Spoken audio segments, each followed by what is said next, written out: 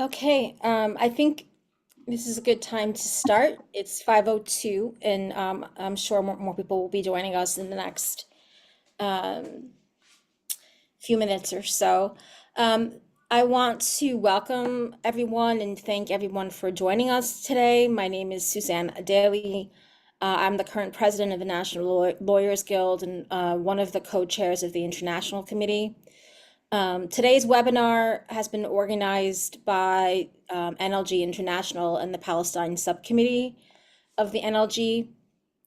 Um, and today's webinar, I think, is very important, and I want to thank everyone for joining, despite the fact that these times are very busy and there's many events going on, many events taking place, including several protests being held around the country right now in solidarity with the people of Lebanon, the latest targets of the Zionist U.S. imperialist war on the region, and an extension of the genocidal war waged against the Palestinian people. In the past year, the National Lawyers Guild and our allies have held several webinars discussing the Palestinian liberation struggle that addressed the scale of the genocide, the U.S. imperialist role in the Zionist genocidal war, and the legal right of colonized people to resist. And we've also been holding trainings on how to protect the movement, the solidarity movement, and we've been working in our respective committees and chapters and with allied organizations to offer support to students, activists, as well as working class communities who've been targeted and caught up in the increasing silencing of political dissent, silencing of protest, and this surge of political repression that we are seeing in many facets of people's lives. And so, despite all of the discussions that we've had in the past year, we feel that it's still very important to continue to gather and analyze what is taking place to guide both our political and legal strategies to face this growing repression. And so we've titled this particular webinar as Political Repression in the West, Anti-Zionist, Anti-Imperialist, and Anti-Colonial Resistance. And we have speakers from the US, Canada, and Europe, as well as speakers connected with the Palestinian community movement in New York, a member of the Uhuru 3, as well as one of the NLG leaders who's been representing longstanding anti-colonial political prisoners like Leonard Peltier.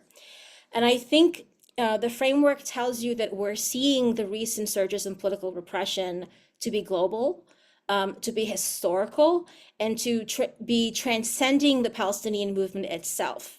And that the waves of repression, what the waves of repression have in common is the targeting of political dissent that actually challenges Zionism, colonialism, imperialism, and white supremacy.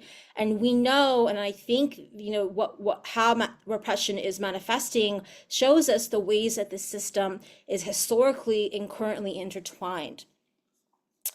And before I hand it over to our moderators, who I'm going to introduce, I just kind of also want to make a point that I think in a lot of the spaces that NLG is a part of, and some of us are a part of, that we're often kind of like hearing about what's happening on the campuses and the students, and we're really lucky to have a student organizer with us. But we also know that political repression has extended beyond the campuses, right? And what we're starting to see in terms of the type of repression that's happening now is participation in that repression by forces we haven't necessarily seen participate in it before, like local to police departments, suburban police departments, not just universities, like high schools, like city councils, entire systems, right? And we're seeing it manifest in things like this coup that we're seeing happening in France before our eyes, right?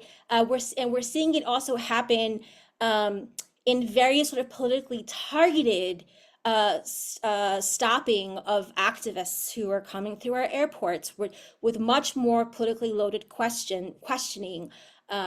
So there's a lot that we can unpack, right? And I think that today is going to be perhaps the start of multiple conversations that we need to have, including kind of the increase of what we're seeing civil domestic sort of terrorism cases being brought against many of our organizations in the US. But we thought that today, it was really kind of important to hear from these specific speakers to sort of help us to sort of like begin to sort of build a big picture and begin to talk about the political and legal strategies that we need to really be focusing on, and hopefully we can also have a follow-up conversation after this one, because it's going to take more than just an hour and a half of our time to figure all this out. So I also want to thank our moderators for today, Leah Gillespie, who is one of the co-chairs of the Palestine Subcommittee of the National Lawyers Guild, and Andrew Dietz, who is a student vice president of the National Lawyers Guild. And so I'm going to hand it over to Andrew. And I just want to let you know that as the panelists are speaking, I'm going to be looking at the Q&A icon, which is at the bottom of your screen. And that's a place where you can pose questions or comments that we're going to collect and share during the question and answer period in the last half hour. So thank you. Thanks, Suzanne, and thanks everyone for being here today. Our first speaker is Jesse Nevel. Jesse is a Uhuru 3 defendant and longtime chair of the Uhuru Solidarity Committee. Jesse became active in the movement for reparations to African people in 2010 when he met Chairman Omali Yeshitela and the African People's Socialist Party in St. Petersburg, Florida. He has served as the national chair of the Uhuru Solidarity movement since 2014, building white solidarity with African liberation and reparations under the leadership of the APSP. In 2017, Jesse ran for mayor of St. Petersburg, Florida, with the slogan Unity Through Reparations. And along with Chairman Omali Yeshitela and Penny Hess, Jesse is one of the Uhuru 3 who recently went on trial in Florida facing bogus federal charges of being foreign agents for advocating for reparations and justice for the Black community. Jesse, we want to thank you for joining us today, given everything that's going on. We want to congratulate you on a very important and recent win when the federal jury found you and your comrades not guilty of these egregious false charges related to the Foreign Agents Registration Act. However, we are very angered by the politically motivated, utterly false, bogus charges of conspiracy. We have seen this deliberately vague accusation levied against Palestinian Solidarity organizers, Cop City organizers, and many others. So it's especially concerning to see it expand farther. I know that you talked a great deal about the politically motivated prosecution of you and your comrades, known as the Uhuru 3, but could you briefly summarize it for those on the call who may not have been paying as much attention? Many of us see the trial of the Uhuru 3 as one of the most important First Amendment cases of our time, but also in many ways it reflects the rising political repression targeting Black-led grassroots organizing more broadly, as well as anti-imperialist organizing.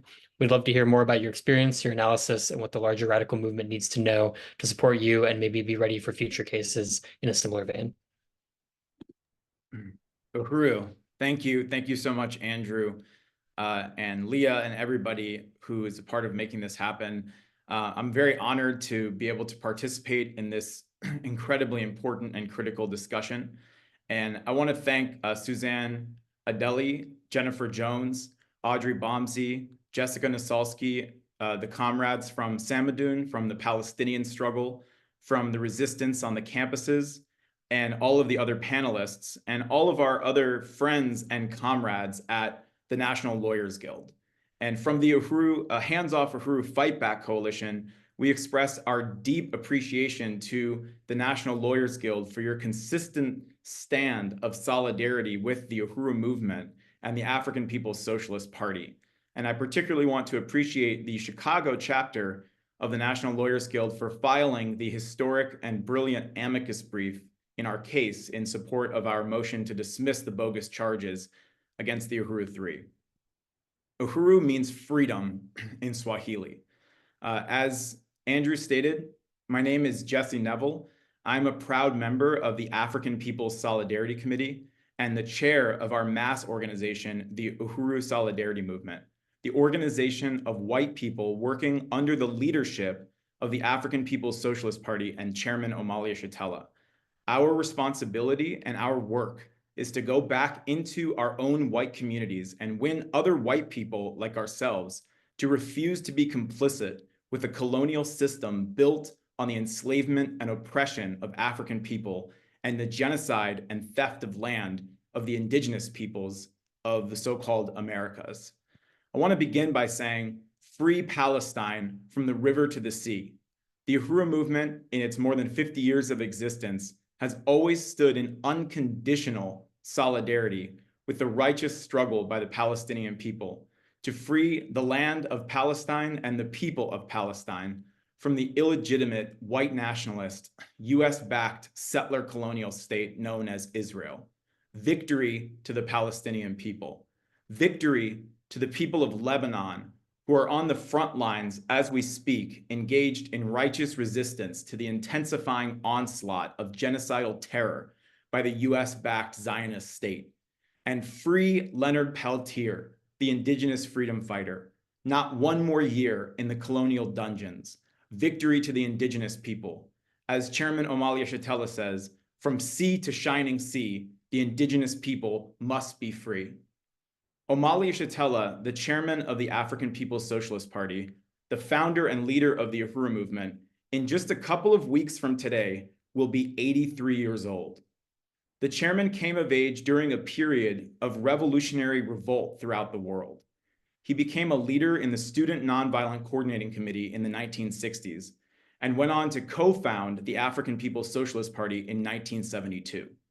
For more than 60 years of his life, Chairman Yeshitela has devoted himself utterly and completely to the liberation of all Black people worldwide.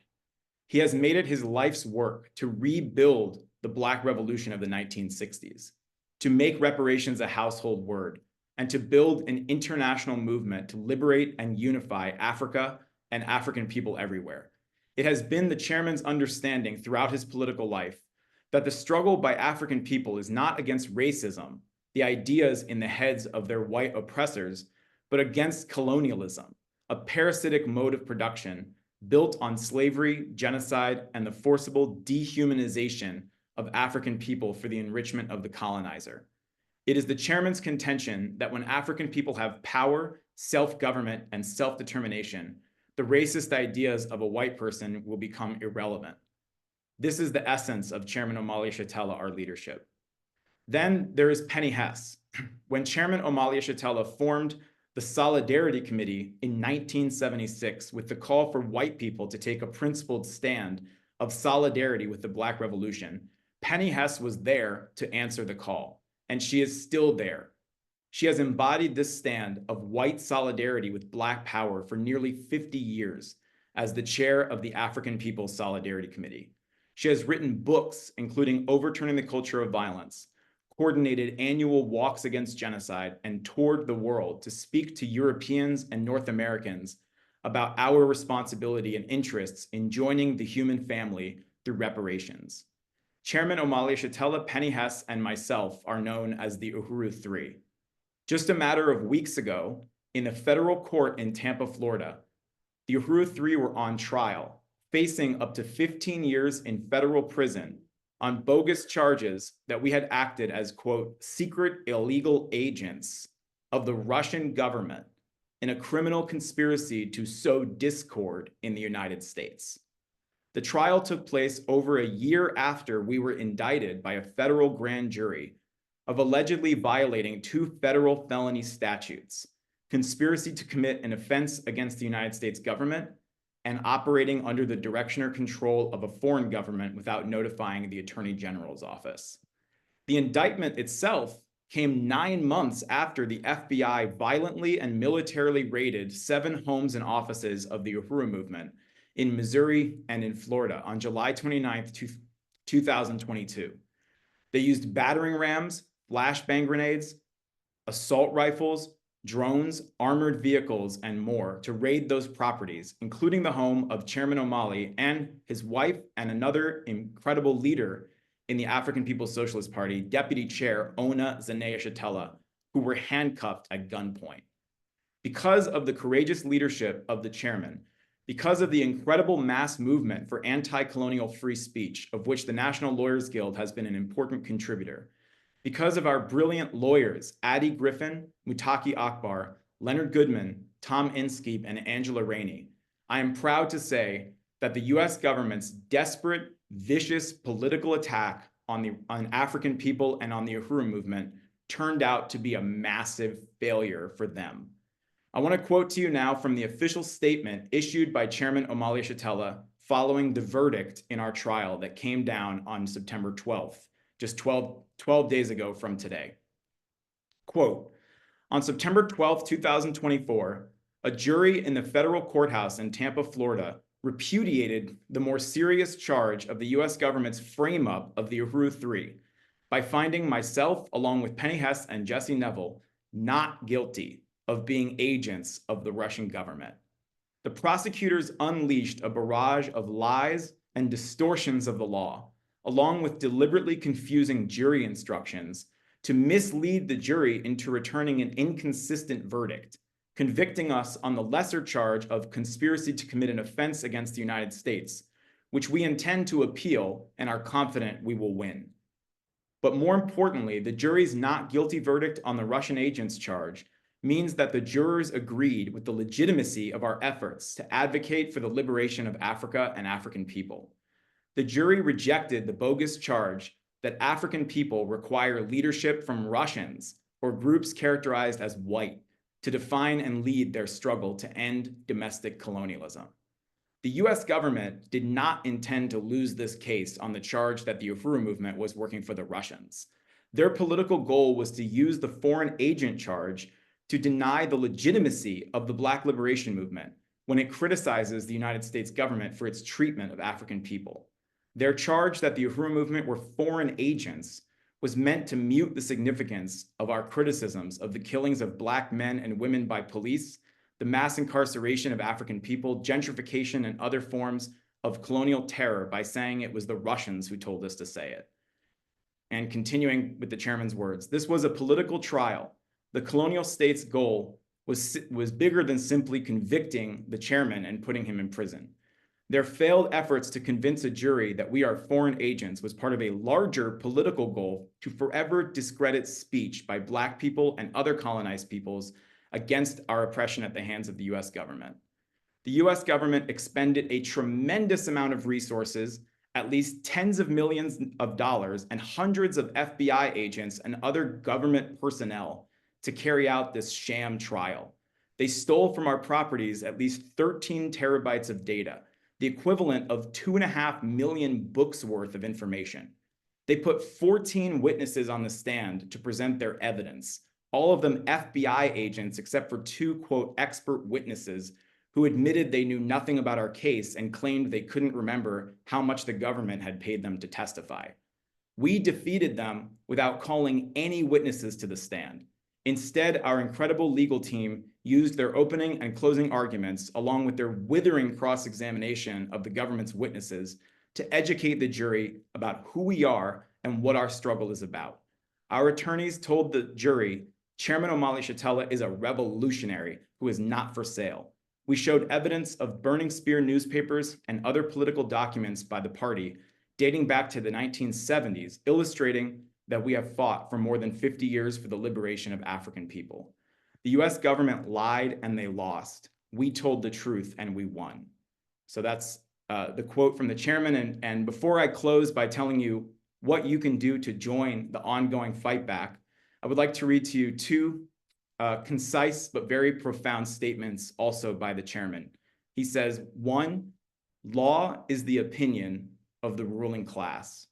And 2, under colonialism, the colonizer controls the law, but colonialism itself is illegitimate.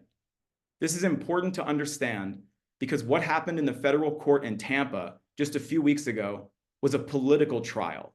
The colonial state used the law as a weapon through which to wage a political attack, not only against the Uhuru movement, but against Black people and against free speech itself. It was an attack on the basic human aspiration of Black people to be in control of their lives and destinies, free from colonial subjugation. Those leaders throughout history who have challenged the colonial setup have always come under attack by the US government, whether it was Marcus Garvey in the 1920s, Malcolm X, Martin Luther King, the Black Panther Party in the 1960s, or Chairman Omali Yeshitela then and today. The attempt to imprison Penny Hess and myself as white people who stand in solidarity with African liberation was part of the attack on Chairman Omali Yeshitela and on the African liberation struggle. It was an effort to scare, intimidate, and silence white people who might otherwise be won to see our true interests in unity with the African and oppressed peoples of the world. But it is clear, Chairman Omali Yeshitela will never be silenced, African people will never be silenced, and solidarity will never be silenced. So here's what we are calling on all of our supporters to do. One is to submit letters to the judge as we approach our sentencing date scheduled for November 25th, after which we intend to file a motion to appeal the bogus conspiracy conviction. You can go to handsoffuhuru.org in the coming days for more details on how to submit that letter. We also invite you to help us pack the court in Tampa, Florida on November 25th for that sentencing hearing. Come to Washington, D.C. on November 2nd for a massive anti-colonial free speech march on the White House, led by the Black is Back Coalition for Social Justice, Peace, and Reparations.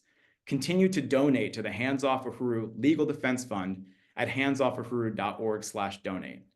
And I'm excited to announce that the Hands Off Uhuru Legal Defense Support Committee will be launching a campaign to demand that the US Congress repeal these repressive, anti-democratic foreign agents laws used historically by the Department of Justice to target those who speak out against US imperialism and colonialism. We invite all who are interested to email us at info@handsoffuhuru.org to learn how you can join this campaign to demand the abolition of these draconian laws wielded by the US government to dismantle the First Amendment rights to free speech and political expression. So I leave you with the following words, which I quote directly from the closing arguments delivered to the jury in the federal court 12 days ago by Chairman Omali Yeshitela's attorney, Addie Griffin, on our last day in court. She said, quote, "A revolutionary, an activist, a man of conviction, a man who stands for what he believes in and fights for the liberation of all Black people in the United States and across the globe, and a man who has done so for his entire life. Omali Yeshitela is not for sale," end quote. Thank you again to the National Lawyers Guild. Victory to Palestine, victory to the indigenous people, victory to African people. Colonialism must go. Uhuru. Thank you for that, Jesse. Our next speaker is Jenipher Jones. Jenipher is managing attorney at For the People, LLC. As a federal practitioner, her work focuses on the rights and representation of prisoners, particularly political prisoners, such as Leonard Peltier and Eric King. Jenipher is co-chair of the NLG's Mass Incarceration Committee. Jenipher, you're involved with two of the most prominent cases in the United States dealing with state repression of anti-colonial and anti-imperialist movements, the cases of Leonard Peltier and that of the Uhuru Three. Could you give us an update on these cases and how you see them as part of the struggle against state repression more broadly? Absolutely, Andrew, and thank you for having me and for that question. I'm grateful to be able to contribute in my own way to my client's case, Leonard Peltier, and to support my comrades, the Uhuru Three, and to bear witness and to carry on the work of many in the NLG and beyond. So it's a real honor to be involved in both cases in different ways and to support the Uhuru Three. In terms of Leonard's case, we are challenging decisions made by the Parole Commission and the conditions of his confinement, including these current lockdowns, which are called modified operations by the Bureau of Prisons. But they really are a form of solitary confinement. There are other issues with Leonard's medical care, which have been neglected nearly his entire time in the custody of the Bureau of Prisons. And so that is another matter that we plan to challenge. The crux of the matter is that the truth is that what put Leonard in prison is not the same as what is keeping him in prison. Yes, it's the same system, but it's based on a very distinct line of precedent and laws, really, that are binding Leonard in his current carceral situation. And based upon that line of precedent and based upon those laws, we know that we will have to go to court and challenge his most recent parole denial and appeal. And that can be very complex and really full of a lot of legalese. But what's important to know is that it's wholly unconstitutional in the way that Leonard is currently being confined and the length of his confinement as well. But what folks can do in the interim, if you want to do something right now, is to support the campaign for executive clemency or commutation that is currently being spearheaded by Amnesty International. And there are tons of ways to be involved in that. And we'll have a lot more information, coming up in terms as we gear up for litigation and prepare to really challenge the government in its incarceration, its actual incarceration of Leonard. I think what a lot of people may not know is that Leonard's case has not been reviewed by any court in over a decade. And so in the interim, there's been other cases decided that actually support Leonard's release, and certainly a very stern review of it by a court. And so I hope people just continue to support and tune in for that litigation and other work that we'll be doing for Leonard. And also to challenge those lockdowns, his committee has some instructions on their website about how to contact the Senate about the Bureau of Prisons' excessive use of these lockdowns of all of the men there. Leonard is 80 years old. He's on a walker and sitting in a maximum security prison in ailing health on top of these lockdowns. So there's many ways for folks to be involved and to support Leonard. Comrade Jesse just spoke wonderfully about the Uhuru 3 in the case and mentioning the sentencing and supporting and packing that courthouse on November 25th, the day of the sentencing, and their amazing legal team. And so I would just definitely tune in to Hands Off Uhuru for all of the ways to support them and to write a letter to the judge and so forth. But in terms of the meaning about these cases, for the last decade and a half, we've heard a lot about hope and joy. But for me, our hope has to be anchored in resistance. And both of these cases represent resistance. They're an echo from 1492 and from 1619 in the resistance to colonial struggle and oppression, and particularly in the way of the First Amendment and in self-determination. And so whether it's Jim Crow or Jane Crow or replacement or relocation policies, the objective is all the same. And so we have to press on and support, both camps and all who are doing this work. I would definitely say to make sure to visit both websites, to tune in to the work in the committee of Leonard Peltier's campaign, and certainly also Amnesty International. So with that, I will hand it back to you. Great. Thank you so much, Jenipher, for your work and for your commitment to the guilds. I am honored to present you with Mariam Zaid. She's a CUNY alumna at City University of New York with a bachelor's degree in political science and Middle Eastern studies. She's currently pursuing a law degree at Rutgers Law School and is an active student organizer with the City University of New York, where she serves on the CUNY for Palestine Steering Committee. Mariam, thanks for being with us. And we'd like to ask you, what are some of the key tactics used by the administration at CUNY and otherwise administrations in general to repress the Gaza Solidarity encampments and Palestinian organizing at CUNY more generally? There's a trend in universities across the country of administrations doubling down on campus repression in this new academic year, including updates to policy manuals, student conduct codes. Is this something you're experiencing as well? And how has the student movement responded to this? Thank you for the introduction. Thank you all for being here. Thank you to panelists. Thank you to NLG and everyone for setting this up. I'm truly honored to be here. So first, I'd like to begin just by emphasizing that the purpose of my talk and anything I say today, my purpose as an organizer, and my purpose as a human being is to stand up for Gaza, to stand up for the Palestinian people from the belly of the beast. We all have a moral duty as being in the core of imperialism to stand up for people who cannot stand up for themselves. My intention with every word I speak today and every word I speak every day is to strengthen the movement for Palestinian liberation and to aid in the liberation of all oppressed people all over the world.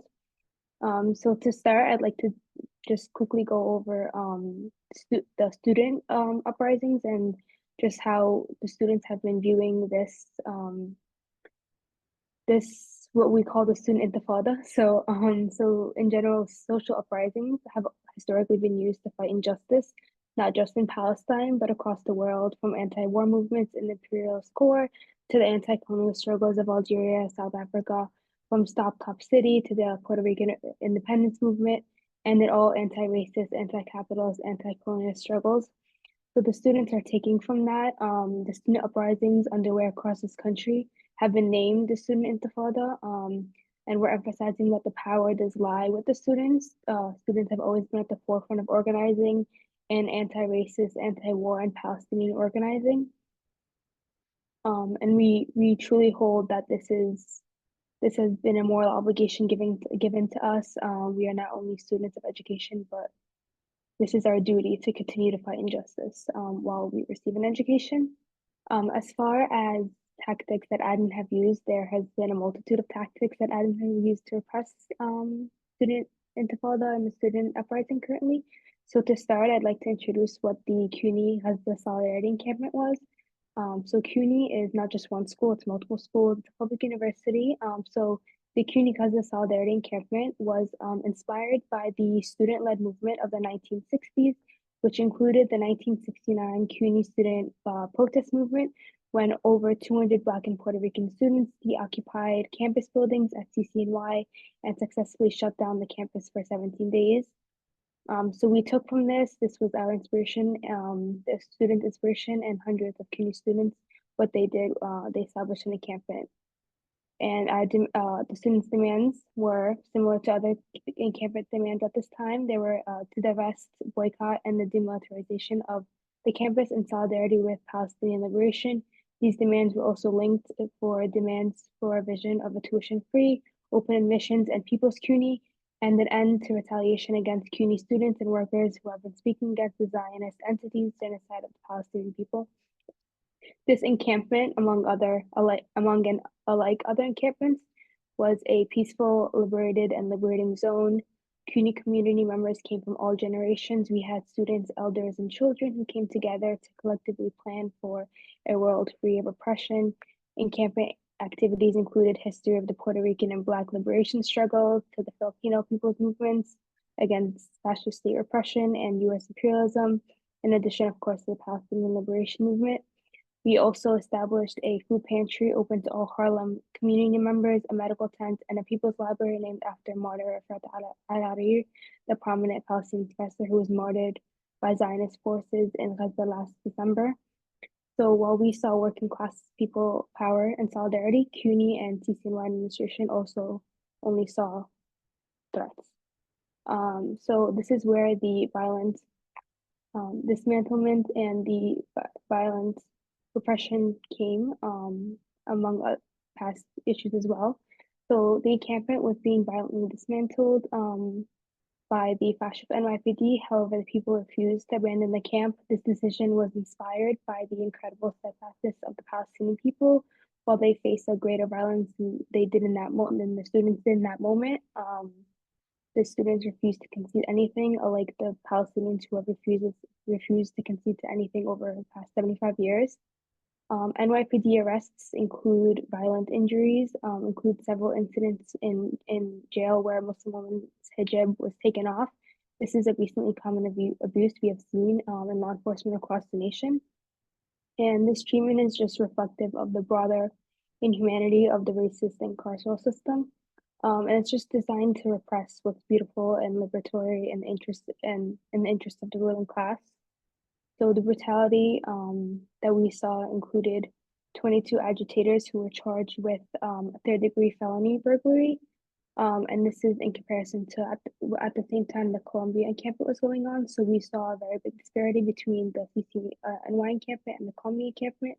The Columbia is of course a private university which has more funding. CUNY is a public university, so the disparities included CUNY agitators charged with third-degree felony burglaries, while Columbia had their charges eventually dismissed. CUNY agitators spent more time in custody, exponentially more time, like I would say, I believe approximately 12 hours more in custody than Columbia protesters.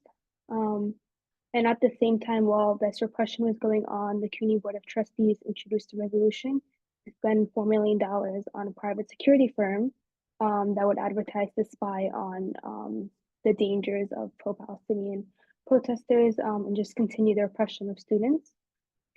This goal is just to continue to push the good versus bad protester narrative and to continue to divide us racially and politically. When faced with meetings with admin, we would continually ask them that this is our right to protest, their right to free speech, free expression. They would tell us that we are allowed to protest and we are allowed to have our thoughts out, but as long as we follow their rules, as long as we are good protesters, as long as we have a protest at a time that is allowed, as long as we let them know where and when we're having the protests, and continuing to push the good protester narrative.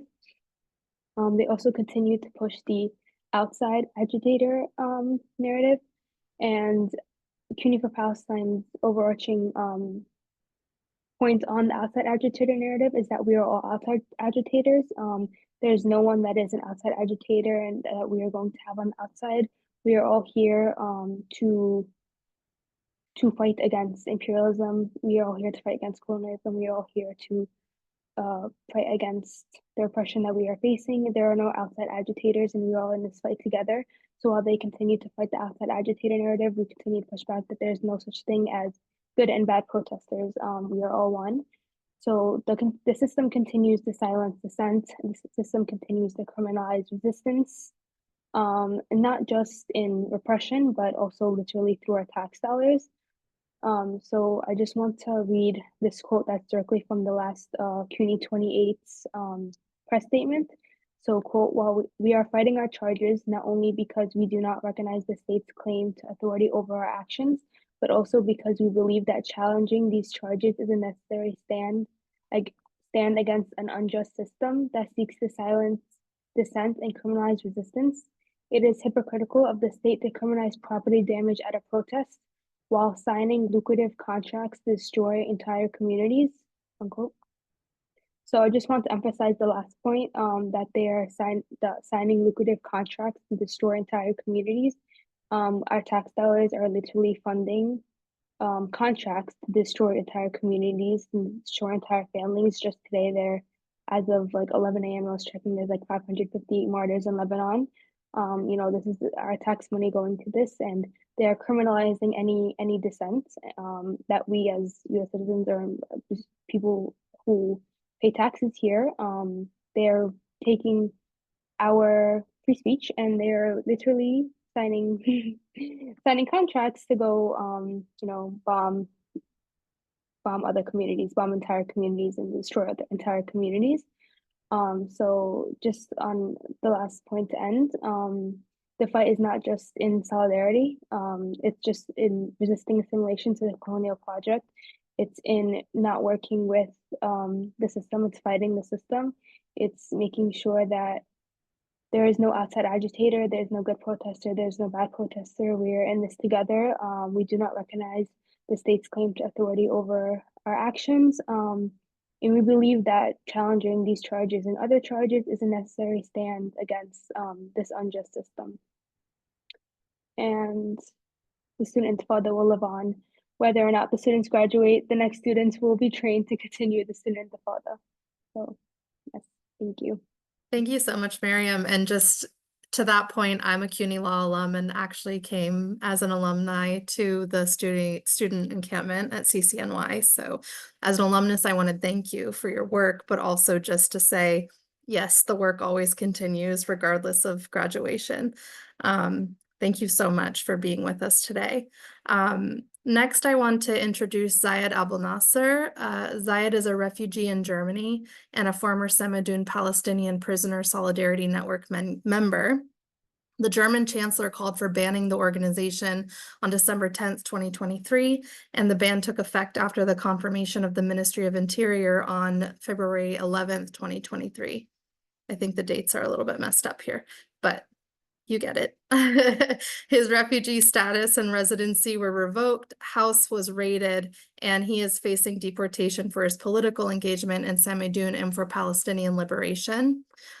Zaid, we've seen a good amount of news on social media from Germany highlighting many instances of brutality. I think even a couple days ago, I saw the police chasing a child with a flag, and generally repression of voices who are advocating for Palestine.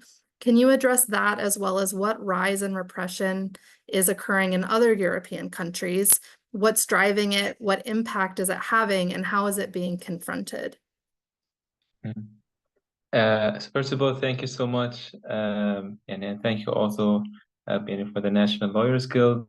The Guild has published multiple statements specifically addressing the situation in Germany, which have been very much needed, because even when we talk about like progressive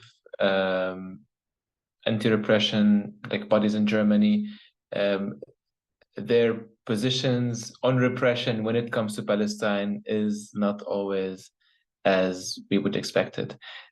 So regarding the dates, because maybe like read them in the like US format, I think, but so like the Chancellor of Germany on the 11th of October called for banning Samidoun and Hamas, and on the 2nd of November, the ban was informed by the Ministry of Interior.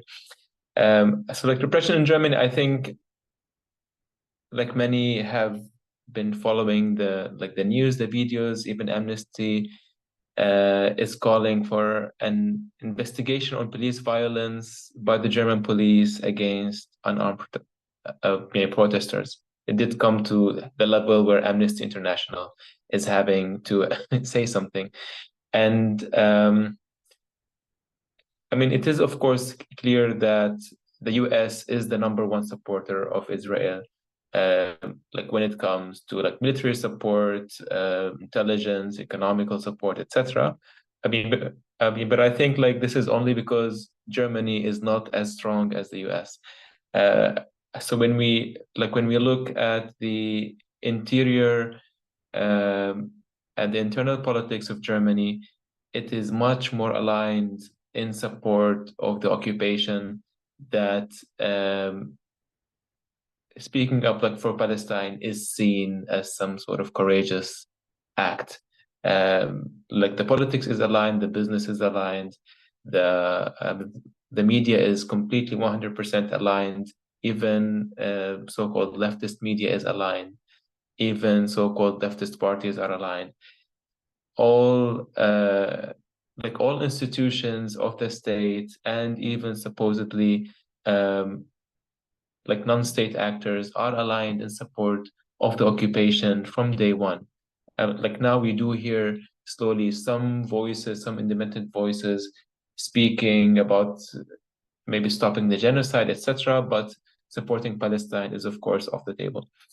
so like the repression that we have been seeing like in Germany takes like the form that is much more arrogant and shameless. So when so after the 7th of October and the ban of Samidoun, this came as part of a much larger repressive package that the state was trying to implement in that time. So what they did is that they officially banned kufiyas to be worn in the schools of Berlin. This is something that the Ministry of Education actually sent out to schools in Berlin. And they would also send flyers sponsored by the Ministry of Education talking about the myths of 1948. So 100% taking over the narrative of the occupation about what happened in 1948 and completely dismissing the fact that it was like an ethnic cleansing of the Palestinian people and the expulsion of hundreds of thousands of many Palestinians and the destruction of their villages and the massacres and all of that. They justify it, and so we did have a couple of months in the beginning where they would ban all events. So all demonstrations were banned, all rallies were banned, all even discussion rounds or just seminars were banned. Anything that is remotely in support of Palestine was not allowed to take place in Germany in general. Then slowly they would allow some events to take place, but under very strict regulations. So for example, after the ban of Samidoun and Hamas, they said in the ban that from the river to the sea, Palestine will be free is a slogan of these two organizations. And using this slogan would be using the slogans of banned organizations, banned and criminal organizations. The ban, for example, of Samidoun, the official justification for it is for celebrating terrorism. Because Samidoun does have a clear position on the 7th of October and on the Palestinian resistance as legitimate resistance. And this ban, we are also fighting currently in court. This will be a long process, but we are undergoing this route as well.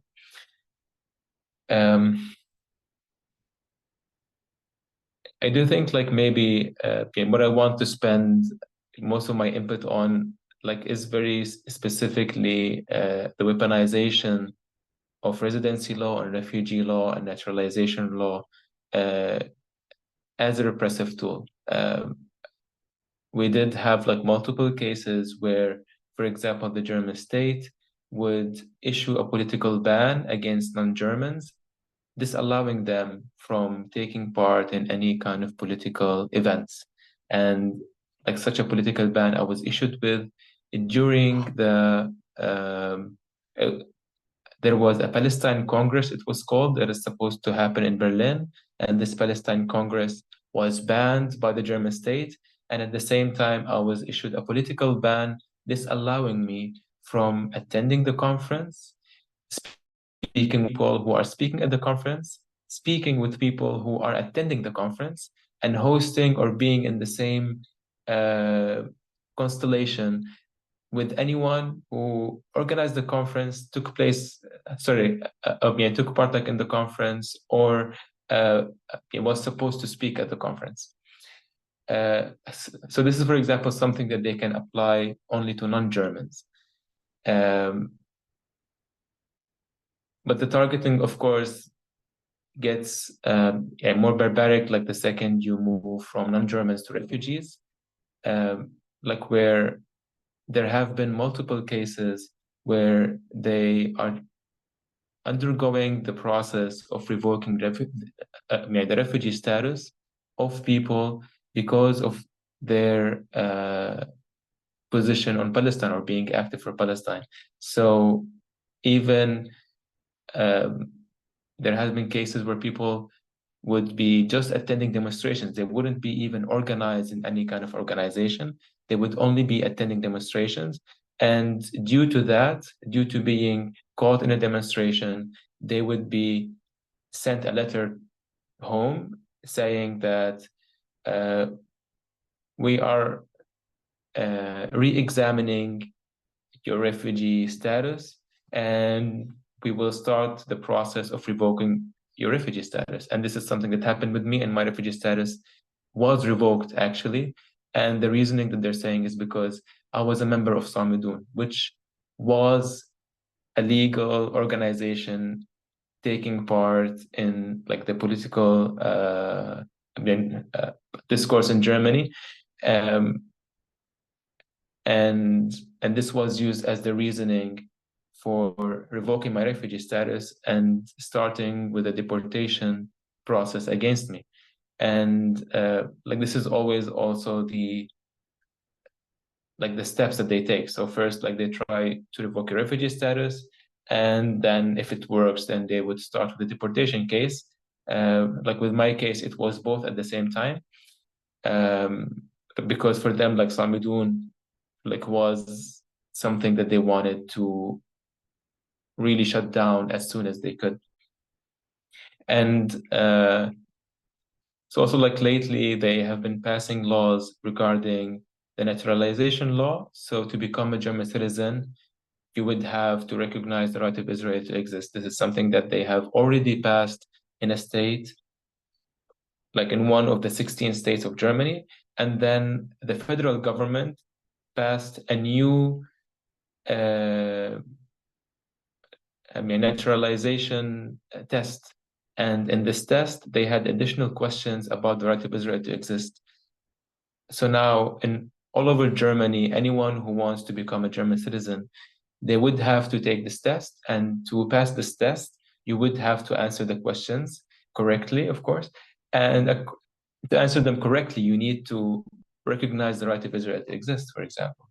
So this is like their way of doing it in another, maybe constitutionally not as horrible way as the state of Saxony, where they made people actually sign a paper saying they recognize the right of Israel to exist. So finally, I would want to speak about the situation for refugees from Gaza in Germany. So since the 7th of October, they have frozen all refugee applications for Palestinians from Gaza in Germany, saying that the situation in Gaza is very dynamic and unclear. I mean, of course, at the same time, like in front of the International Criminal Court, they say, we follow the situation in Gaza every single day, and we know exactly what's happening. And for us, no genocide is taking place.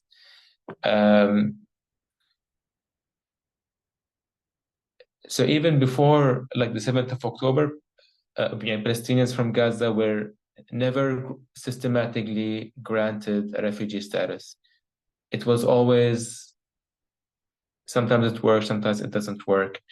Despite the blockade, despite the continuous bombardment campaigns by the Zionist occupation, despite the situation in Gaza that we all know that has been going on for years and years, for Germany to recognize that these Palestinians actually deserve refugee, then this would also be at the same time a condemnation of the situation in Gaza, which would be something that the German state is not willing to do, and is to do, till this day, despite the genocide that is taking place, despite everything that happened after the 7th of October, the German state is still unwilling to admit that what's happening in Palestine, what's happening in Gaza is a genocide, and Gazans in Germany deserve a refugee status because of it. So for this particular issue, there will be a campaign that will be launched soon. It's called Asylum for Gazans Now. And all Gazans who submitted appeals against the treatment of the refugee ministry against them and refusing to take a decision on their refugee application, all of them have won.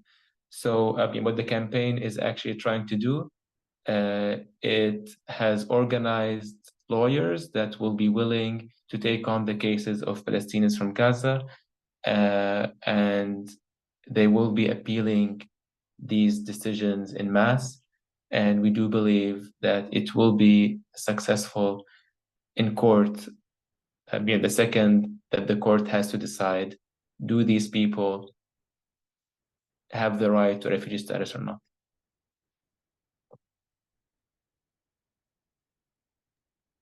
Thank you so much, Zaid, and definitely sending you a lot of solidarity and support from the US for what you're dealing with right now. And I'm going to hand it back to Andrew to introduce our last panelist. Thanks, Leah. Our final panelist is Charlotte Cates. Charlotte Cates is the international coordinator of Samidoun Palestinian Prisoner Solidarity Network. She also coordinates the work of the NLG International Committee and is active with the International Association of Democratic Lawyers and the International People's Tribunal on U.S. Imperialism. Charlotte, we would love it if you could add to Zaid's presentation in regards to the experience of Samidoun in Europe.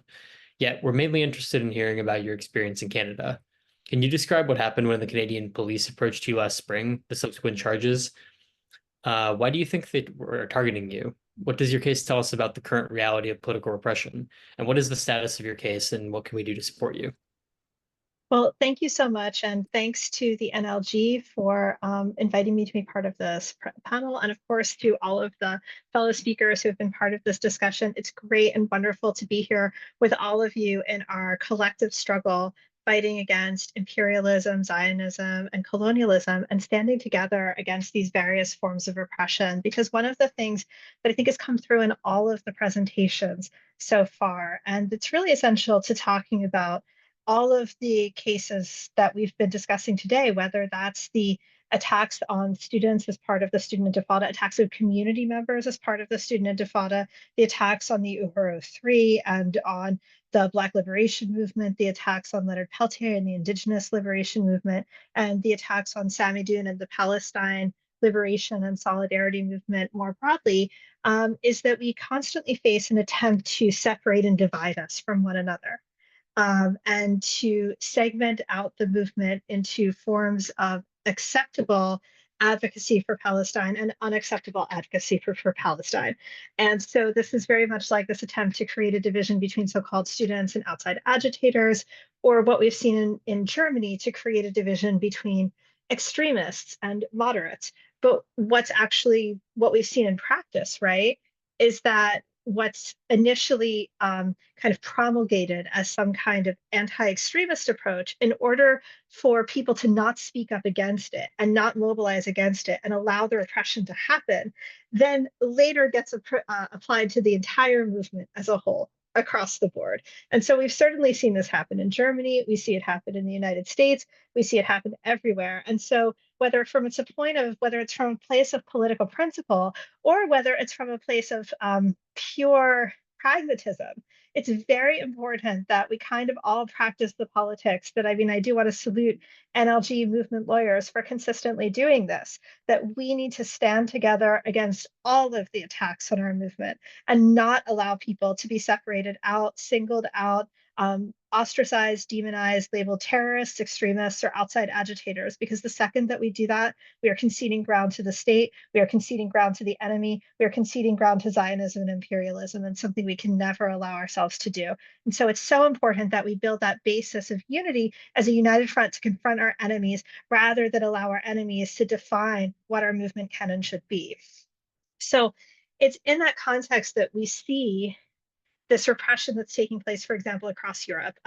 Zaid spoke to some extent about the severity of the problems across Germany, from multiple people being denied refugee status, being forced into deportation proceedings, people's homes getting raided, cops beating people up at rallies.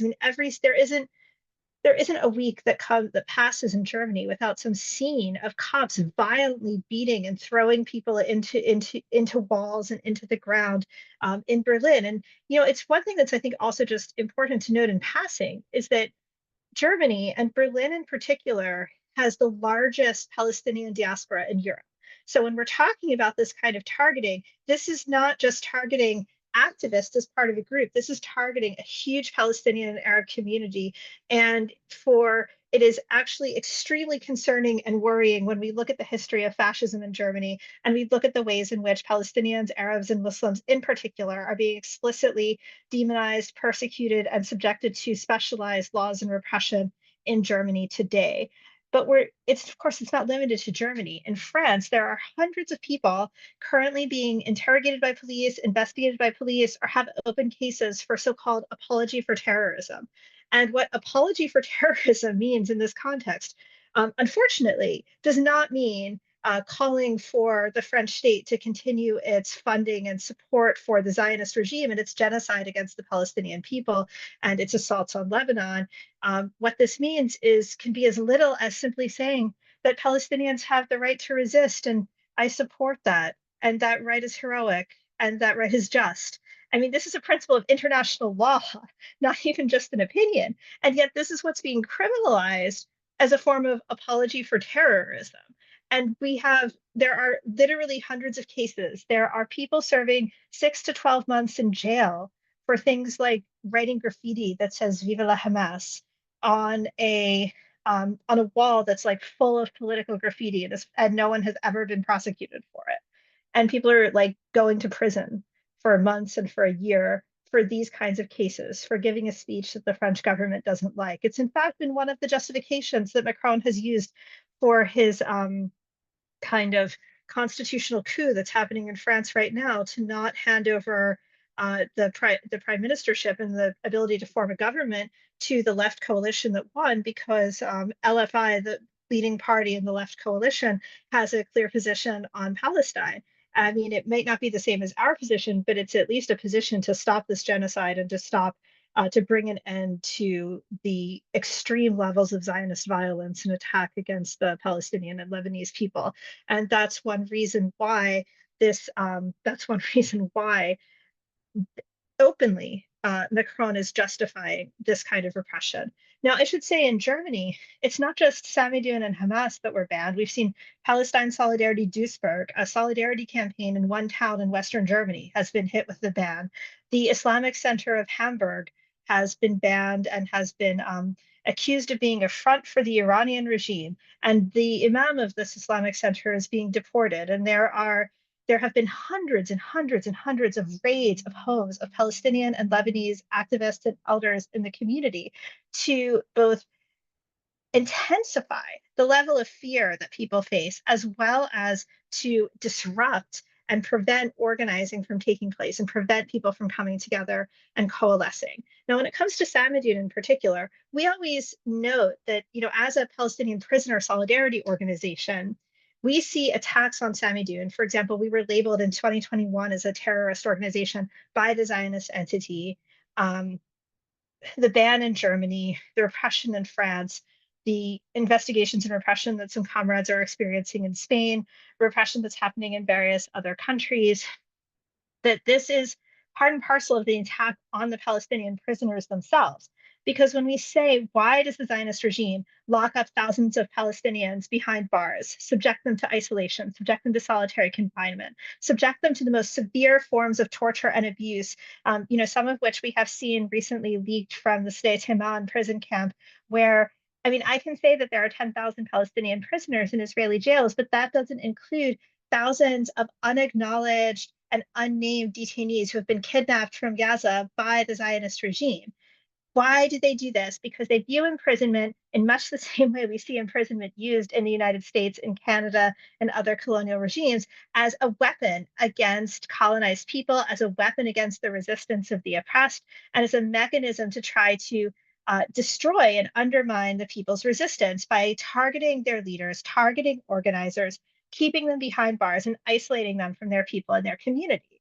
So as a Palestinian prisoner solidarity network, if we are as yet unable to break down the walls ourselves, and certainly that's a task that is primarily that of the Palestinian resistance, which is leading and doing that on a daily basis, if we are unable to do that now, one thing at least we are able to do is to at least break the rhetorical and political isolation of the Palestinian prisoners by popularizing their names, their struggles, their leadership, by recognizing them properly as leaders of our international social justice movement, that when we speak about Ahmed Sadat, Marwan Barghouti, Abdullah Barghouti, Abbas al-Sayed, we are speaking about people who have sacrificed for the liberation of Palestine and for all of our collective liberation, and whose liberation should be front and center on our agenda, just as we stand for the liberation of Mumia Abu Jamal and of Leonard Peltier and of all the political prisoners in US jails as well, because we're confronting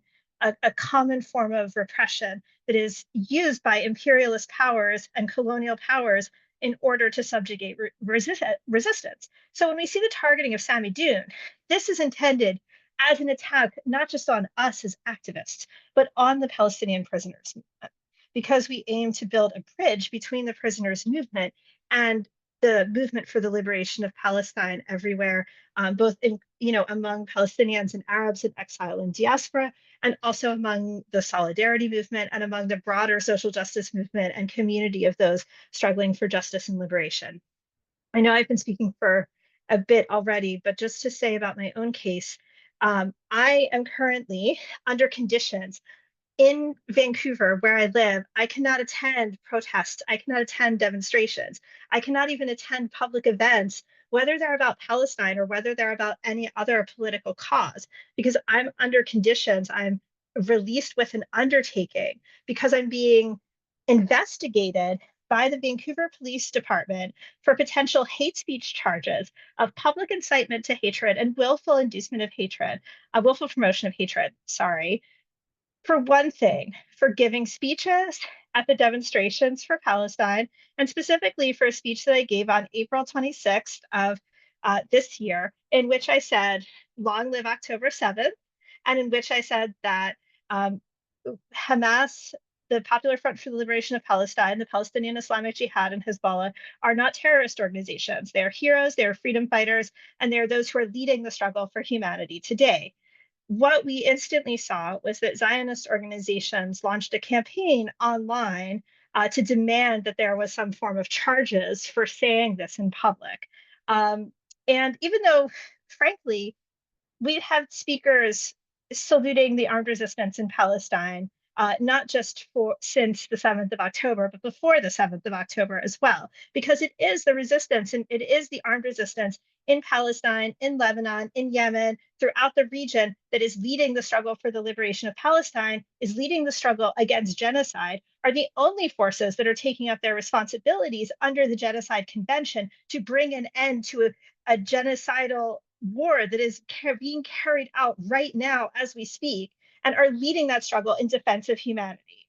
And so this was hardly an unusual sentiment, but it's a sentiment that we see that the imperialist powers and the Zionist regime, out of their common interests, want to label as unacceptable and unable to be expressed. And there's a number of reasons for that, but we can see that on the 7th of October, that the Al-Aqsa flood operation, there have been a tremendous amount of effort and energy expended in creating a false narrative, in lying about the conduct of Palestinian resistance fighters, all of which has been exposed by this point. And there has been obviously this genocidal assault by the Zionist regime, which has been fully backed, funded, and armed by the United States. But why has that taken place? Because with Al-Aqsa flood, with the 7th of October, with the power of the axis of resistance, it was actually quite clear that on this day, it was possible to envision, not as a dream, but as a reality, a Palestine that was free of Zionism and a region that was free of US imperialism and its domination. And so the reaction that we have seen, which is of course not a reaction, but a continuation of 76 years of occupation, colonialism, and genocide, the reaction that we have seen is that of a wounded, dying beast that is determined to claw and scratch and stamp out all life in its vicinity as it is entering its death throes. And it is unwilling to accept that future. It is unwilling to accept a future without colonialism, domination, subjugation, racism, and oppression. It is unwilling to accept a future in which the Palestinian people, the Lebanese people, and all of the people of the region determine their own destiny and their own future, rather than it being determined by US oil and weapons corporations and the Zionist regime that serves their interests.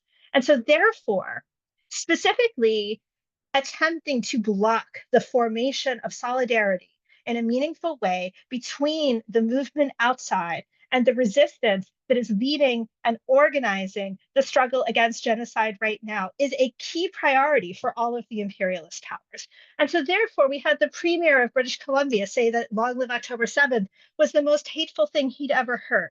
This was the most hateful thing he'd ever heard, despite being premier of a Canadian province that sees hundreds of missing and murdered Indigenous women on an annual basis. This is what he says, despite being premier of a Canadian province which is built on the ongoing genocide of Indigenous people and theft of Indigenous land. This is what he says, despite there being ongoing racist assaults throughout the province and throughout the country on a regular basis, yet simply upholding the Palestinian resistance as a heroic movement that is taking the actions needed in order to liberate Palestine and, frankly, to liberate humanity from imperialism and Zionism was hateful to an extent that required police arrest, detention, questioning, and charges being made against me, and being banned from attending public events until my next court date on October 8th, which they claim was coincidental, but it seems quite unlikely that it was.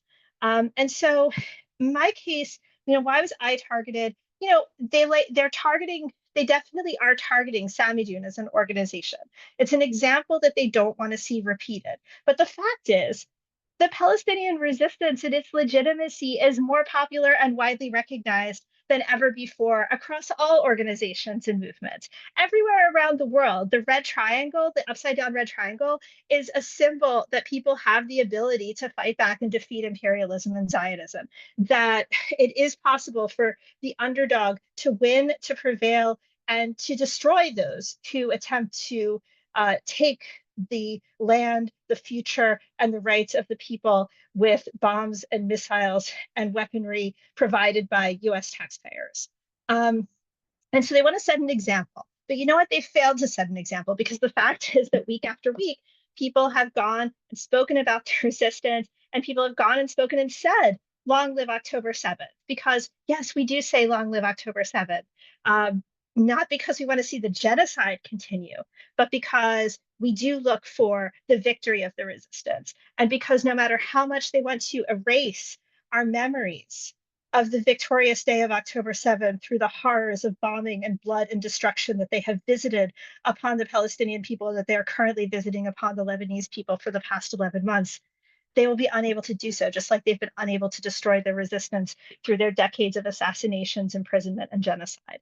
And so for my case, it's not about me. It's about trying to prevent people from standing up with the resistance. It's about trying to prevent people from organizing a campaign to get these legitimate organizations off the so-called terrorist list.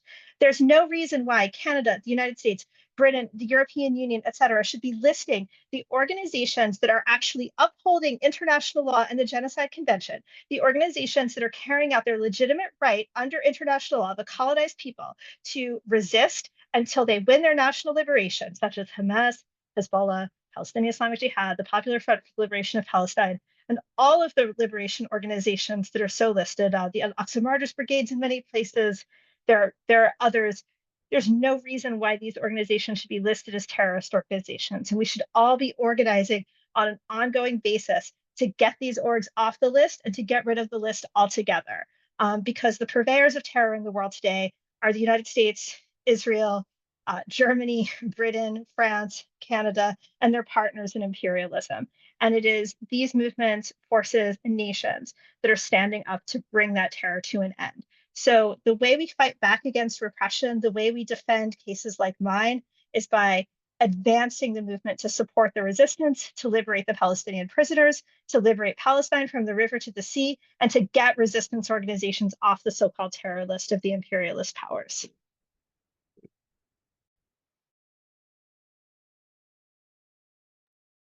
Thank you so much, Charlotte. So I think that we're gonna move to questions that we've collected throughout the panel so far. So Andrew, I think the first question is to you from Miriam, or to Miriam from you. Thanks, Leah. So question for Miriam. What is the relationship between students and faculty staff, or faculty/staff, excuse me, in relation to CUNY organizing? Have faculty and staff supported or defended students facing repression? Have they faced retaliation themselves? Yeah, thank you, Andrew, for the question. So I think I'm going to speak as far as CUNY for Palestine. That's where the majority of our organizing has been. So CUNY for Palestine is not just it is for mostly for Palestine, but we also have done like anti-racism work in the past. CUNY for Palestine is kind of like more centric leadership, but we have professors and faculty that have been working with us. We have always been working together. It's like pretty equal as far as leadership. We've always they've always let the SJPs kind of lead decision making. They've always had the students, especially Palestinian students, kind of take lead on politically on what we feel. Professors have always been very supportive on that. As far as specifically the repression, there actually have been multiple professors that were arrested. There was professors that were arrested that literally told the NYPD, like, I'm a professor, like, I'm here to protect the students. Like, I'm literally here to protect them. I'm a professor, and the NYPD did not care and continued to arrest them. There's like there, yeah. So the like the NYPD, the admin, they don't care. Again, like the whole outside agitator thing. Like they claim the outside agitator claim that, you know, we only want to incriminate those on the outside. They also allowed those who were within the CUNY system, they kind of gave them an option for lower sentencing, but the outside agitators, they did not give them that option. So even professors from other CUNYs continue to work with us on this, and professors that didn't work in CUNY at all were also staying with us. So as far as like relationship wise, all professors, their relationship is very strong. They work with us on everything, and they face the repression with us. They're not protected from any of the repression. However, admin does not. How do I say this best way? Admin does not. Sorry, guys. Admin does not feel does not treat admin as admin when it comes to organizing. So admin does not treat admin and professors as in their role in organizing. So let me phrase that a little better. When it comes to organizing, everyone is seen kind of as an outside agitator, and everyone is seen as a bad protester, depending on what they're doing. The good protesters, they don't really exist because we're all doing things that they don't want us to do. But in general, they will incriminate and they will repress whoever they want to. Hopefully that answers the question. Thank you so much, Miriam, and all the work that you're doing. I know you might have to leave us a little bit early as well, so I want to take this opportunity to just thank you for donating your time to this panel and giving us insight on the student movement here in New York. We appreciate all of your work. I'm going to move to Jesse. So first of all, congratulations on the defeat of the so-called foreign agent charges in federal court. However, the conspiracy conviction is still an injustice, and we do know that you're pursuing an appeal. Do you think that the federal government will try to pursue the charges further against the Uhuru movement, APSP, or any of the other organizations that are involved in your case? Thank you, Leah. And before I answer that, I just want to say again what an honor it has been to participate in this event, and just deeply salute Zaid, Miriam, Charlotte, and Jenipher, all of the presentations and the courageous struggles by Samidoun, by the Palestinian student intifada throughout the campuses in this country and around the world, throughout Europe and everywhere. And just want to again reiterate from the Uhuru Solidarity movement our profound and unconditional unity and solidarity with the Palestinian people and the struggle against colonialism everywhere that has its basis in the enslavement of African people, the oppression of African people in this country, you know, the largest and oldest settler colonial regime in the world today, the United States, which, you know, funds and supports settler colonialism all around the world, including in occupied Palestine. So I just wanted to say that. And I think that we can certainly anticipate more attacks coming by the United States government against the African Liberation Movement and the African People's Socialist Party, because this wasn't the first. The African People's Socialist Party and Chairman Omali Yeshitela, the Uhuru movement, have come under attack by the United States government from the very beginning, from their inception. Chairman Omali Yeshitela himself has been imprisoned on numerous times throughout his time as a revolutionary, in every case for exercising his alleged constitutional right to freedom of speech, to advocate and organize for the liberation of African people. But I think the most important thing that we need to understand is that, you know, I think some of the previous speakers really hammered this home. When the Uhuru movement was attacked on July 29th, Chairman Omali Yeshitela did not launch a defense campaign. He launched a counter-offensive. And he said from the very beginning that he did not get involved in revolutionary work to keep Chairman Omali Yeshitela and the Uhuru Three out of prison. He got involved in revolutionary work to free African people, to end colonialism, and to create a world where nobody profits or lives at the expense of anybody else. And that's why everything that the Uhuru movement has done from the very beginning of when this attack came to light has been to advance the struggle against colonialism and broaden the base of support and coalition of forces who can unite with the struggle for free speech, yes, the struggle for democratic rights, yes, but not at the expense of the struggle of colonized people, African people, for liberation.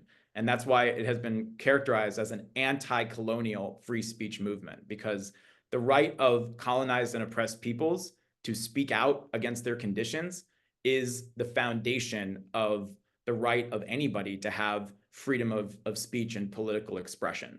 And I think that's what has made this case so important. And I think in terms of the conspiracy, can I comment on that quickly?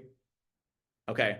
I think that, you know, it's important that we will be, as you said, we will be appealing the conspiracy conviction. We feel that the jury took a very good stand overall, because the US government, like we said, was not just trying to get some convictions of the Uhuru Three. They were trying to win a political goal. They had a political objective, which was to use this foreign agents charge to discredit the speech and criticisms by African people of their oppression and their conditions, and by extension to discredit the Palestinians and the indigenous people. I mean, we saw not that long after the Uhuru Three prosecution began, Nancy Pelosi went on national television and said that she felt that Palestinian protesters, organizers in New York should be investigated for ties to Russia, I believe. And then later on, she said China. We've seen even, I think, whatever his name is, the communications director from the White House, suggesting that the Palestinians in the US should be investigated for ties to Iran. So this whole foreign agent law is used as a political weapon to delegitimize criticism by colonized people of their oppression. And to be able to defeat that by showing the truth about who the Uhuru movement is, by showing the truth about who the Uhuru movement always has been from day one. And I won't allow myself to get too distracted by what's happening in the chat there. I think the FBI sent somebody in to spread some disinformation. Apparently, he knows something that the FBI didn't know, because he's claiming that the Uhuru movement received money from the Russian FSB, but about 12 FBI agents had to admit under oath that they had uncovered no evidence of that. So that's another story, though. But just to get back to the conspiracy thing, the conspiracy charge that we were convicted under says that we conspired to act as agents of a foreign government without notifying the Attorney General's office.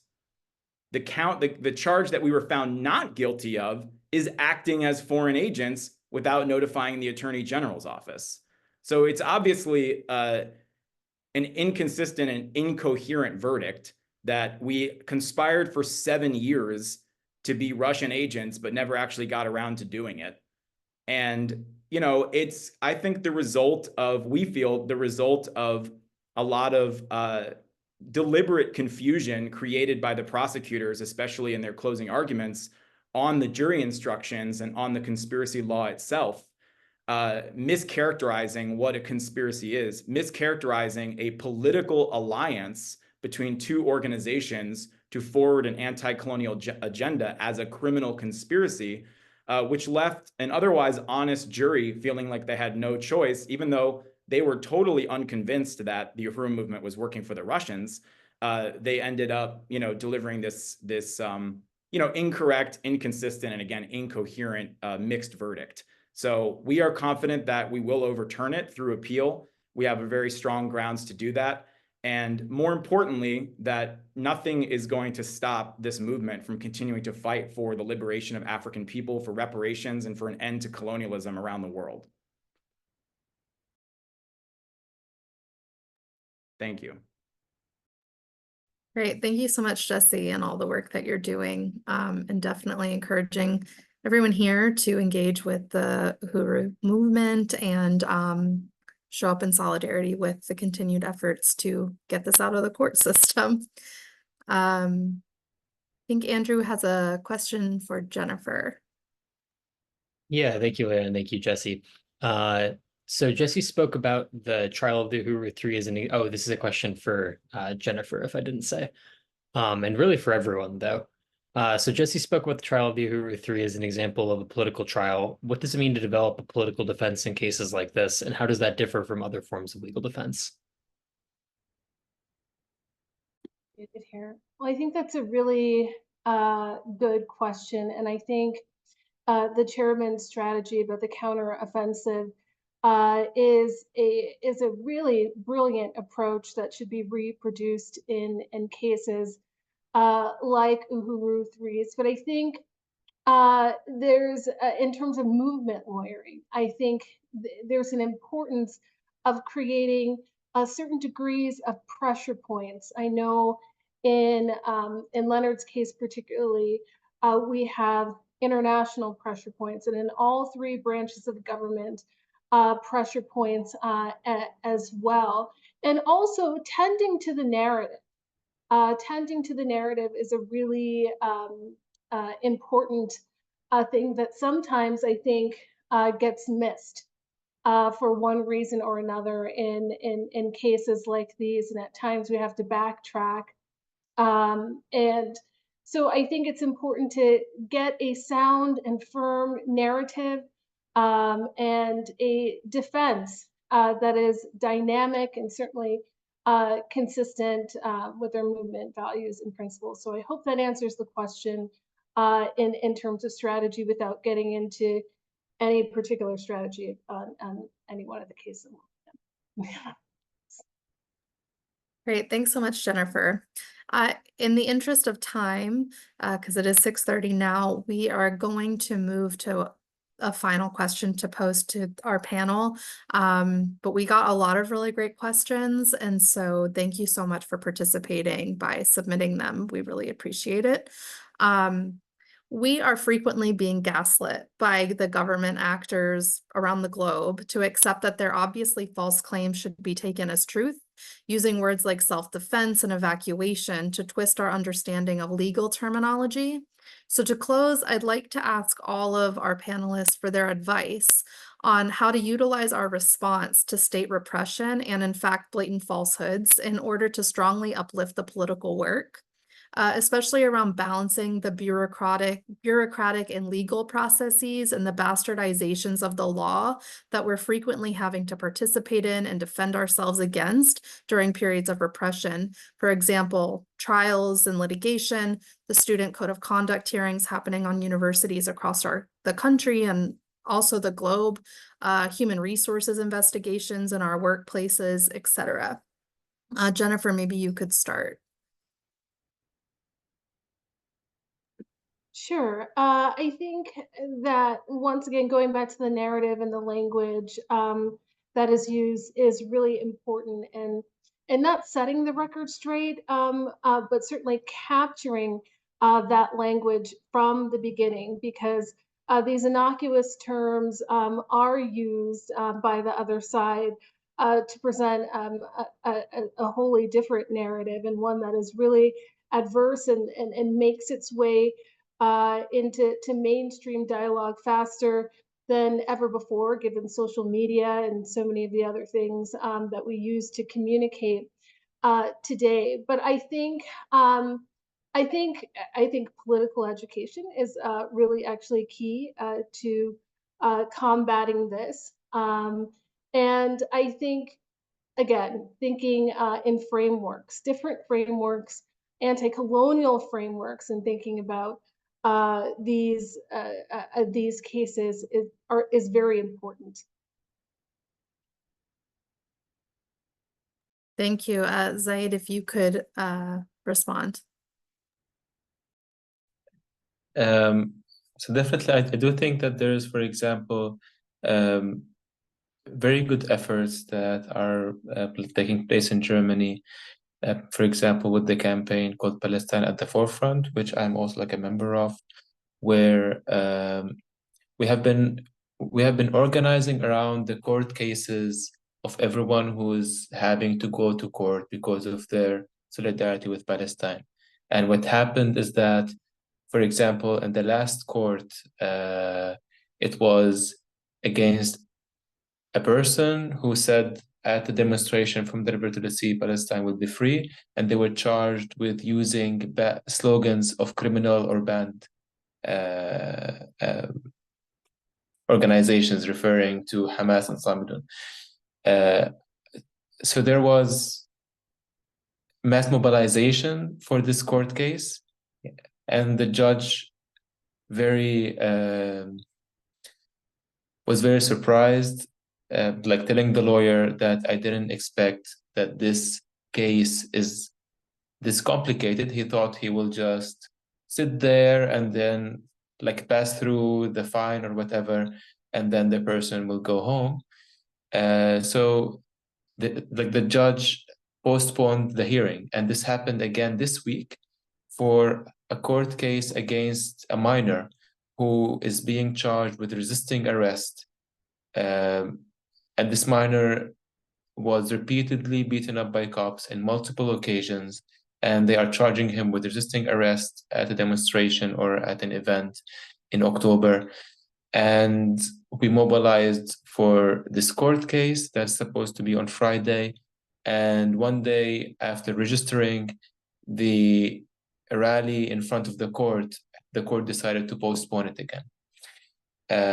So this is like a tactic that they have been using, and we have been accompanying multiple cases. The first case that we accompanied was actually one.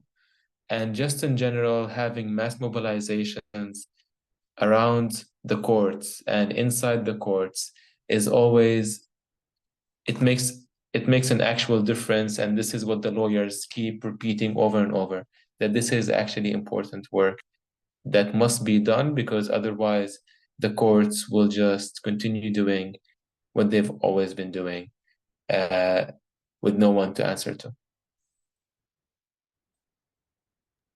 Great, thank you so much. And Jesse, if you could respond, and in particular, I think Zaid set you up well, because he's talking a lot about mobilizing people to the courthouses where these hearings and trials are taking place. So maybe you could talk more about that. Yeah, I don't have much to add to what Zaid said. It was perfectly stated, and I agree with every word. And I think that was extremely important for the strategy of the case of the Uhuru 3, mobilizing the people and understanding, like the chairman said from the beginning, this was a political trial. If it was about the law, if it was about the evidence, there wouldn't have been an indictment against us in the first place. So there had to be, and there has to be, a political response. And everybody that came, including people from the National Lawyers Guild that came to Florida to pack the courthouse for the duration of our trial, that was so important, so essential for the jury to be able to look over and see behind us tons of people who looked just like them, who were of all ages, of all backgrounds, representing the people who were there to stand with the Uhuru movement. So that's incredibly important. And I'll just end by saying that on this Saturday, we're having an event that we'd like to invite everybody to attend, the Hands Off Uhuru Fight Back Coalition. It's called Victory to the Uhuru 3. It's not over. And in terms of what was just being spoken of, the next line of the title is Pack the Court for Sentencing on November 25th. So that's going to be this Saturday at September 28th at 2 p.m. Central, 3 p.m. Eastern, 12 p.m. Pacific. And you can sign up for that by going to handsoffuhuru.org/register. And I'll leave it at that.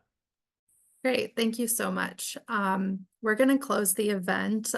Once again, I just want to thank all of our panelists for making the time to join us across different time zones, and also to share what's happening to you personally. I think we think about these things in our movement and solidarity spaces, and I don't know that we always acknowledge the very large personal impact that these circumstances have on each person who is actively fighting against their repression. And so I really want to make sure that we acknowledge that each of you is really dealing with that personally as well, and that we're giving you our solidarity and support. And on behalf of the NLG, I just want to say that we're in this space and we'll continue to show up and pack the courts and provide legal support as well where we're asked to, and continue to have panels as well. I think from a legal perspective, it's always also really important to remember that it's not just the on-the-books laws that are being litigated in these cases, but also what things like packing the court show is that there's an interest in public policy. Public policy is always something that any arbiter of the courts should be considering when they're coming down with any decision, and by showing popular support for our the people that are in our spaces is really important. And I just realized I completely skipped Charlotte responding to the last question. So I'm good with all that. I'm gonna hand it over to Charlotte to just respond to the last question as well, and then we'll close. Well, I agree with everything that everyone already said in responding to the last question. And Leah, your comments were all just excellent right now, and completely agree. Just to say, the recording will be available at nlginternational.org in the coming day or so. And once again, thanks to all of the panelists for being here. And it was an honor to be here with all of you.